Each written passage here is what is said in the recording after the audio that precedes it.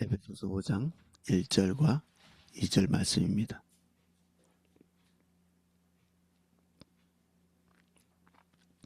제가 내용을 읽어보겠습니다.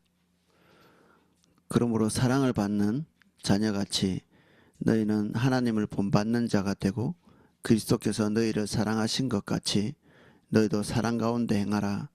그는 우리를 위하여 자신을 버리사 향기로운 제물과 희생제물로 하나님께 드리셨느니라. 아멘. 우리 그리스도인들에게 가장 큰 격려가 있다면 그것은 우리가 하나님과 뗄래야 뗄 수가 없는 그런 존재로 탄생했다. 우리의 존재 자체가 하나님이 버리실 수 없는 존재가 되었다는 거죠. 1절이 그것을 기반하고 있습니다. 이제 5절부터 뭔가 우리에게 구체적으로 이렇게 할 것 저렇게 할 것에 대해서 말씀하시기 전에 먼저 우리의 존재가 어떤 존재인지를 말하고 계시는, 근데 우리가 해야 될 일들이 우리에게 불안이나 두려움을 가져다 줄 건가? 그렇지 않죠. 예를 들어서 우리가 어려운 과제를 해야 된다. 예를 들어서 실패할 가능성이 있는 그런 과제를 해야 된다. 그렇게 하면 우리의 마음이 굉장히 불안하겠죠. 우리의 능력이 무한대 같으면 그까지 해치우지만 우리의 삶에 우리가 풀어야 될 문제들은 하나도 호락호락한 게 없죠. 예수님께서 우리에게 말씀하신 우리의 한계, 너 염려하지 마라.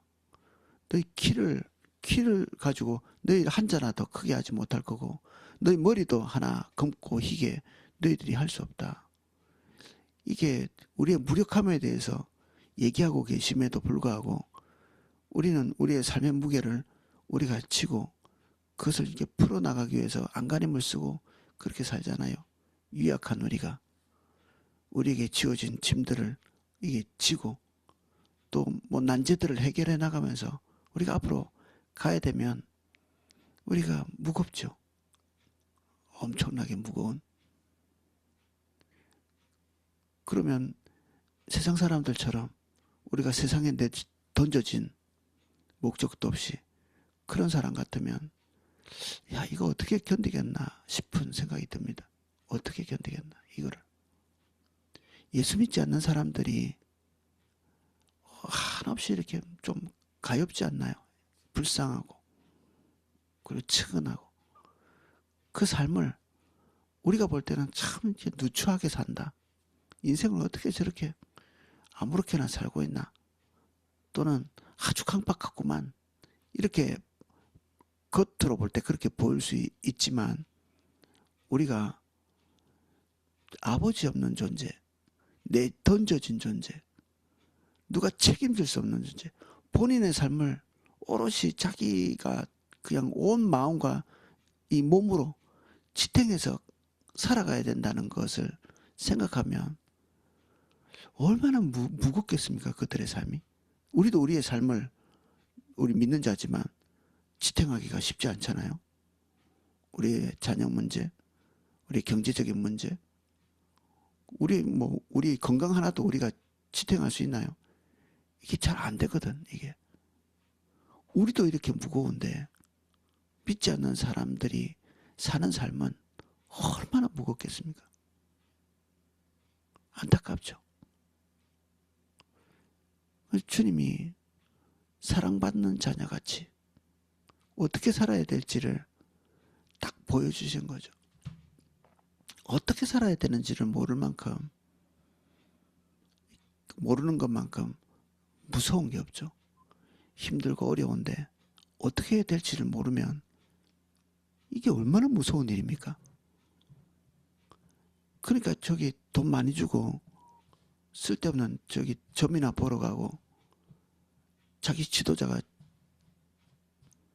되어달라고 이렇게 얘기하는 거죠. 젊은 사람부터 나이 많은 사람까지 대학가에 그렇게 점 보는 데가 많다고 하는데 무서운 겁니다. 모두가 다 무섭죠. 자기 삶을 지탱하는 게. 이게 화낼 일이 아니라 측은한 거죠. 불쌍한 거고. 근데 우리에게는 분명한 이 청사진이 있습니다. 이렇게 가면 돼. 그리고 그 뒤에 있는 삶은 주님이 다 책임지고 계셔서 우리는 목적 없이 던져지거나 그리고 우리가 고민하고 이렇게 길을 가야 되는 그런 존재가 아닌 거죠. 그 돈 몇 푼 주고 쓸데없는 소리 짓거리는 점쟁이들 그런 언어와 완전히 다르죠. 너희는 하나님을 본받는 자가 되라. 우리가 계속 반복해서 보고 있는 게 뭡니까? 하나님께서 우리 주변에 하고 계시는 일을 보라. 주님이 우리에게 말씀해 오시는 것을 들으라. 그래서 감사하지 않을까요? 우리가 믿는 자지만 오랫동안 믿는 자였습니다. 우리가 10년, 20년 믿은 게 아니라 그보다 훨씬 더 예수님을 오랫동안 믿어왔는데 그래서 감이 잘 안 올 수 있는데 주님이 우리에게 나를 보라. 나를 본받으라. 내 뜻대로 하라. 분명한 의지를 가지고 우리에게 지시하지 않는다면 우린 그것이 큰 공포 아닐까요? 믿지 않는 사람들이 정말 쓰잘데기 없는 지시라도 받으려고 돈 들고 여기저기 그냥 의뢰하는 것처럼 우리도 그렇게 해야 되지 않을까요? 우리는 그렇게 할 필요성을 전혀 느끼지 못하죠. 하나님이 우리에게 말씀하신 바가 항상 분명하니 우리가 어디 가서 머리 숙이지 않고 하나님께 고개 숙이고 주의 말씀이 무엇인지를 주목해서 보는 세상은 돈 사들고 가도 답변이 시원치 않습니다. 돈 적게 주면 정성이 부족하다 그러고 우리 하나님께서는 우리에게 당신의 뜻을 알려주시기 위해서 이미 마음의 결정을 하고 계십니다. 우리가 귀 기울여서 듣기만 한다면 주님은 우리를 향해서 당신의 뜻을 알려주시기를 기뻐하시는 분이십니다. 그리고 우리를 이용해 먹지도 않습니다. 우리에게 가장 올바른 길이 무엇인지를 알고 계셔서 그 길을 알려주시고 그 길을 가게 하시고 갈 수 있는 힘 주시고 우리가 자녀를 향해서 가지고 있는 생각들은 사실은 진정성 있는 것들이지만 사실 그 안에는 우리가 오염되어 있는 것이 있다고 볼 수 있겠죠. 우리가 어떻게 깨끗한 마음으로 우리 자녀에게 대한다고 확신을 가지고 얘기할 수 있겠습니까? 우리 자녀에게 뭔가 지시할 때 우리는 우리 내면에 있는 어떤 하나님의 진리에 서서 말하기보다는 이루지 못한 꿈이죠. 우리 자녀는. 다들 아마 정직하게 자기 자신을 한번 보십시오. 내가 내 자녀에게 어떻게 행하고 있는가? 마치 나는 가지 못했던 길을 갈 사람처럼 그렇게 가주기를 원하는 사람처럼 또 다른 나 아닌가요? 또 다른 나. 돌봄받지 못한 사람은 너무 많이 돌보고 부족함 있게 자란 사람들은 자식이나마 부족함 없이 살게 하려고 사실 자식을 돌보는 게 아니라 자기 자신을 돌보고 있는 겁니다. 그것은 우리 자식들이 주님 앞에 서게 하는 게 아니라 하나님 대신 나를 쳐다보게 만들고 있는 그런 과정일 수도 있죠. 좋은 길로 인도하고 있나요? 끔찍한 길로 인도하는 겁니다. 우리가 신처럼 우리의 자녀를 끝까지 돌볼 수 있으면 모르지만 우리는 그럴 수 있는 존재가 아닙니다. 우리는 완벽한 오판을 하면서 자녀를 부족함 없이 공급하고 그에게서 부족하지 않은 부모가 되려고 몸부림치죠. 여기에는 나쁜 것만 있는 게 아니라 좋은 것도 있죠. 우리가 하나님으로부터 아버지의 마음을 받았거든요. 그래서 우리 자녀에게 그렇게 하는 거죠. 비록 우리가 우리의 처지를 충분히 인식하지 못하고 있어서 오류가 있을지언정 우리가 자녀를 키울 수 있다는 것 자체는 하나님 아버지의 마음을 계시받은 것이거든요. 우리가 신의 자리에 있는 것입니다. 누군가가 우리를 아버지, 어머니라고 부를 때 우리는 신의 위치에 있는 것입니다. 아담과 하와의 부모는 하나님이셨죠. 부모가 낳지 않았습니다. 최초의 완전한 인간이 그렇죠. 그런데 우리는 자녀를 낳죠.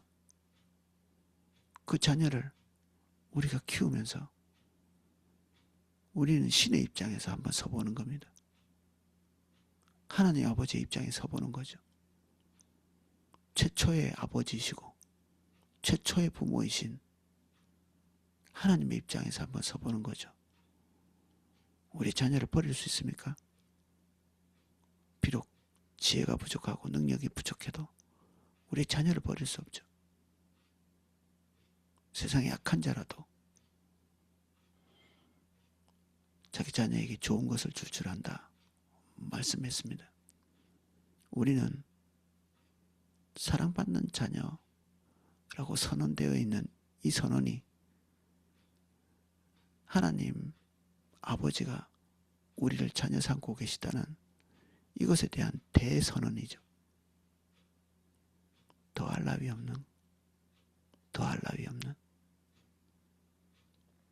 우리가 자녀를 사랑하는 만큼만, 자녀를 지지하는 만큼만 하나님이 우리를 사랑해 주시면 좋겠다. 이렇게 한번 상상해 보십시오. 그것만 해도 충분하지 않을까? 그분이 능력이 있으시고 힘이 있으시고 마음만 먹으시면 뭐든지 다 하실 수 있는 분이신데 하나님은 과연 그런 마음을 먹고 계시거든요. 우리는 뭐 마음이 있어도 능력이 없죠. 우리는 하나님처럼 전능하지도 않고 우리는 하나님처럼 무소부재 하지도 않습니다. 자녀가 있는 곳에 늘 따라다니면서 또는 자녀가 필요하다고 하는 모든 것을 다 채울 수 있는 존재가 아닙니다. 근데 우리 아버지 되신 하나님은 그런 분이시죠. 그리고 심지어 상처도 없으십니다. 우린 상처 때문에 자녀들을 올바르지 않은 공급을 하거든요. 틀린 공급을 하는 겁니다. 바람직하지 않은. 자녀를 위해서 한다고 하지만 거의 자녀를 병들게 만들고 있는 내 뜻대로 공급하고 내 뜻대로 가르치고 내 뜻대로 대우하고 그러면서 자녀가 서서히 망가져가는 우리 주님 그렇지 않습니다. 그분은 완전한 분이십니다. 자녀들이 우리를 본받기를 원하시나요? 사실은 저는 그렇지는 않습니다. 제가 가는 길로 가게 하고 싶지도 않고 주님 보도록 말하지 우리 자녀가 저를 닮을 때 저는 깜짝 놀랄 때가 있습니다. 제가 나를 닮으려고 하는구나. 닮아야 될 건 우리가 아니라 저들의 진짜 아버지. 저는 가짜죠. 가짜입니다. 저 닮으면 큰일 나죠. 저의 인생을 살면 안 됩니다.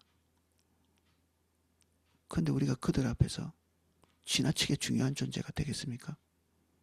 가짜들이, 가짜 엄마, 가짜 아빠. 저들이 진짜 아버지를 봐야 되지 않겠습니까? 저는 목사인데 사람들이 저를 진짜 리더로 생각할까봐 너무 무섭습니다. 엎어지고 깨지기 쉬운 나를 그들의 마음의 리더로 삼고 일거수일투족을 본받으면서 가려고 하면 저 자신이 무너질 것 같아요. 저 자신이. 내가 뭐라고 저 사람들이 나를 저렇게 바라보고 갈까? 저는 최선을 다해서 그 눈길을 주님께 돌리려고 했을 겁니다. 내가 내 자녀가 나를 본받지 않고 주님 본받게 시선을 돌리려고 애쓰는 것 같이. 사도 바울이 너는 그리스도를 본받는 나를 본받으라고 말한 것은 자기하고 똑같은 길을 가라고 한 게 아닙니다. 본인이 주님 따라가고 있으니까 너도 그렇게 하란 얘기죠. 내가 좀 경건하게 사니까 너는 내만 본받으면 된다 이렇게 얘기하는 그런 취지가 아닙니다. 그럼 사도 바울과 똑같이 살면 모든 그리스도인들이 다 교회를 박해하고 다 가말리엘 문학하고 다 이방인의 사도로 나서야 되고 그렇게 해야 되는 거죠. 바울의 기대는 내가 나 자신을 죄인으로 여기고 주님 바라보고 주님 의존하고 주의 뜻대로 나를 쳐서 복종케 하는 것 같이 그렇게 하라는 얘기죠. 우리의 자녀들이 나를 따라오게 하면 나를 바라보게 하면 대재앙이죠. 마찬가지로 성도들이 내가 하는 그대로 따라하는 것에 대한 공포감이 있습니다. 나는 교회의 한 부분에 불과한데 자기들이 주님의 인도를 따라서 스스로 서서 교회의 한 부분을 감당하지 않고 나를 카피하고 나를 자기 롤모델에 삼고 그렇게 할까봐 너무 무서운 거죠. 은혜는 모든 사람을 귀히 보이게 하거든요. 모든 사람을 귀하게 보이게 합니다. 이게 은혜의 특징입니다. 은혜가 거치고 나면 아무것도 없죠. 진짜 아무것도 없습니다. 눈에 꺼풀이 벗겨진 것처럼 우리가 우리의 인생을 다 걸겠다고 한 남편, 아내는 어떻습니까? 우리가 더 이상 그 환상적인 우리 결혼하기 전에 환상적인 그런 배우자로 보지 않잖아요. 오히려 우리가 더 돌보고 우리가 지탱해줘야 되고 그 짐을 같이 져줘야 되는 유약한 존재로서 사랑하면서 그렇게 서로가 서로를 지탱해서 가잖아요. 우리의 연약한 존재를 자식에게 알릴 필요가 있습니다. 우리가 돌보는 사람들에게 우리의 연약함을 이야기할 필요가 있습니다. 의연하게 서 있는 모습이 아니라 우리도 주님 따라가고 있고 우리도 발버둥 치고 있는 존재임을 알려서 그들이 우리 따라가는 게 아니라 내가 따라가고 있는 주님을 따라가도록 만들어야 되죠. 다행히도 그분은 의지할 만하고 따라갈 만하고 믿을 만한 분이십니다. 그분 외에는 의지할 만하고 믿을 만하고 따라갈 만한 존재가 없습니다.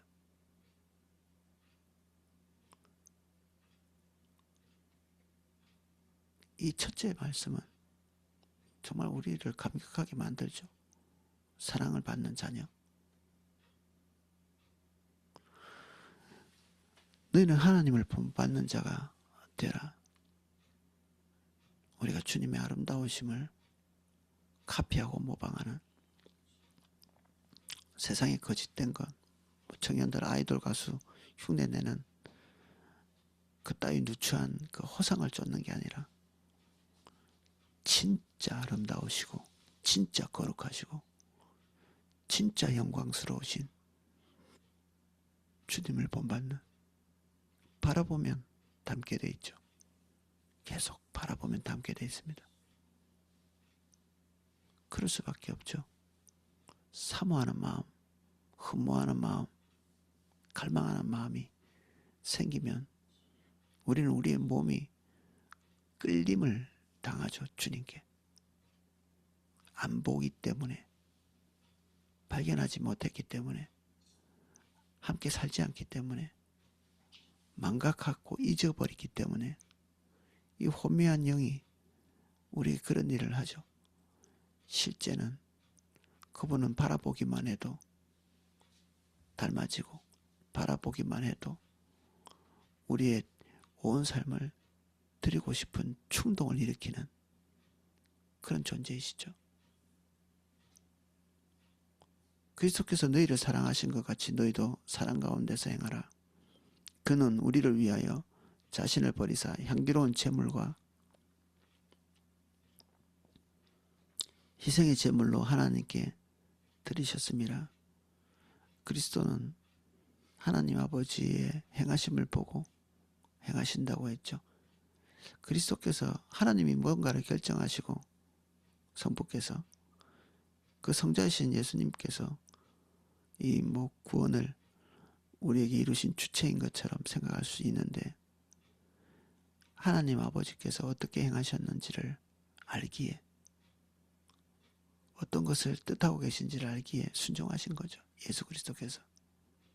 그래서 그분의 희생은 성부 하나님의 희생이기나 마찬가지죠. 그래서 하나님께서 우리를 향해서 모든 것을 주신 것 같이 우리가 범사에 누구에게든지 그렇게 할 수 있겠는가? 할 수 있는 게 자연스럽겠죠. 할 수 없다면 자연스러운 게 아닙니다. 우리의 자녀나 하나님께서 우리 주변에 두신 사람에게나 동일한 사랑을 줄 수 있겠죠. 주님이 우리에게 그런 것들을 요청하고 계십니다.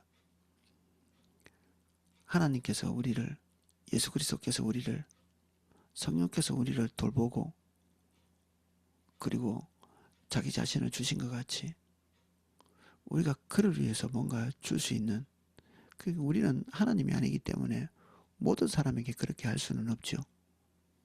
대신에 오늘 하나님께서 우리에게 말씀하신 대상, 그들에게 그렇게 할 수 있습니다. 하나님의 살아계신 임재가 그것을 가능케 합니다. 내 자식이 1번이고 내 남편과 내 아내가 1번, 어떤 면에서는 맞는 말입니다. 근데 우리가 주님의 인도를 따라가기로 결정했다면 오늘 하나님의 카이로스가 우리에게 말하는 대상, 그 대상을 주목해서 볼 필요가 있습니다. 주님이 왜 그를 생각나게 하시지? 왜 그를 포기하시지? 왜 그를 내 주변에 보내셨지? 왜 그의 고민을 듣게 하시지? 왜 그의 부족함을 보게 하시지? 하나님께서 우리의 연약함, 우리의 처지, 일거수일투족을 다 아시죠? 알지 못하면 사랑할 수 없습니다. 아무것도 사랑할 수 없죠. 아무것도 모르는 사람은 아무것도 사랑하지 못합니다. 근데 하나님 우리의 일거수일투족을 아시기에 사랑할 수 있습니다. 근데 우리가 타인을 알까요? 타인을 아는 것 가능하지 않습니다. 근데 누군가를 어느 정도 알게 됐다. 그거는 하나님의 역사입니다. 우리는 이기주의자잖아요. 전부 다. 우리는 우리 자신 알기에 바쁘고 우리 만족 찾기에 바쁜 사람들 아닙니까? 근데 누군가가 눈에 들어오고 우리 주변에 누군가의 소리가 들리고 있다. 그러면 이거는 긴가민가 할 것도 없습니다. 하나님께서 우리를 그와 연결시키고 우리가 그를 위해 헌신해야 될 때가 온 것입니다. 두말할 것도 없습니다. 그래서 주님께 물어야 되죠. 주님, 내가 그를 위해 무엇을 섬기기를 원하십니까? 얼만큼 해야 되느냐? 주님이 기대하시는 만큼 하시면 됩니다. 주님이 기대하시는 만큼. 오늘은 여기까지 살펴보겠습니다. 주님, 내 주변에 보내신 사람들에 대한 지식이 내게 조금씩 쌓여갑니다. 그들의 고민, 그들의 생각, 그들의 언어 속에 있는 그들의 심리도 조금씩 보입니다. 우리는 무엇을 해야 될지 알게 해주십시오. 우리는 하나님처럼 무한정 그들을 공급할 수는 없으나 우리가 주님의 기대를 충족시키기를 원하고,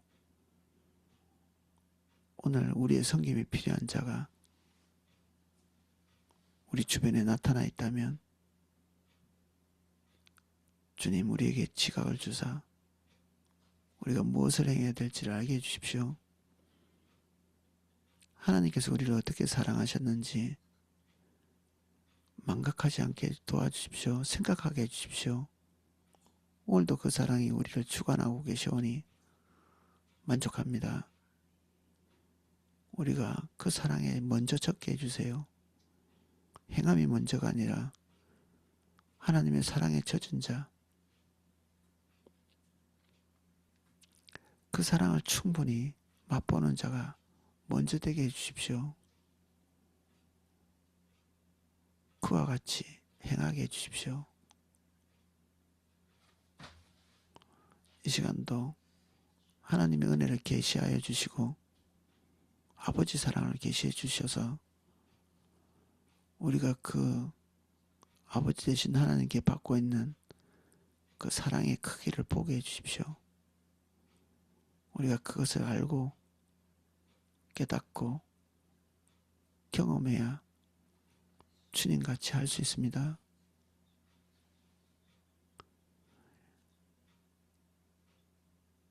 예수님 이름으로 기도합니다. 아멘. 네, 각자 기도하실